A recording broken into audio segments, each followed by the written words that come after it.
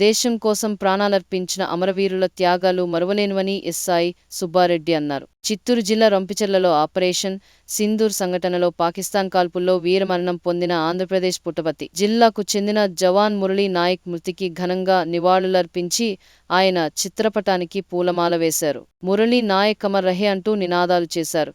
SI Subbareddy police వందనం చేశారు. ఈ కార్యక్రమంలో ప్రధాన అర్చకులు మునిరాజశర్మ, తులసిరామ్, శ్రీనివాసులు, రొంపిచెర్ల వాసవి క్లబ్ నాయకులు రామ్ సురేష్, స్టూడియో వెంకటేష్, టీవీ రమణ, మహమ్మద్ అలీ తదితరులు పాల్గొన్నారు.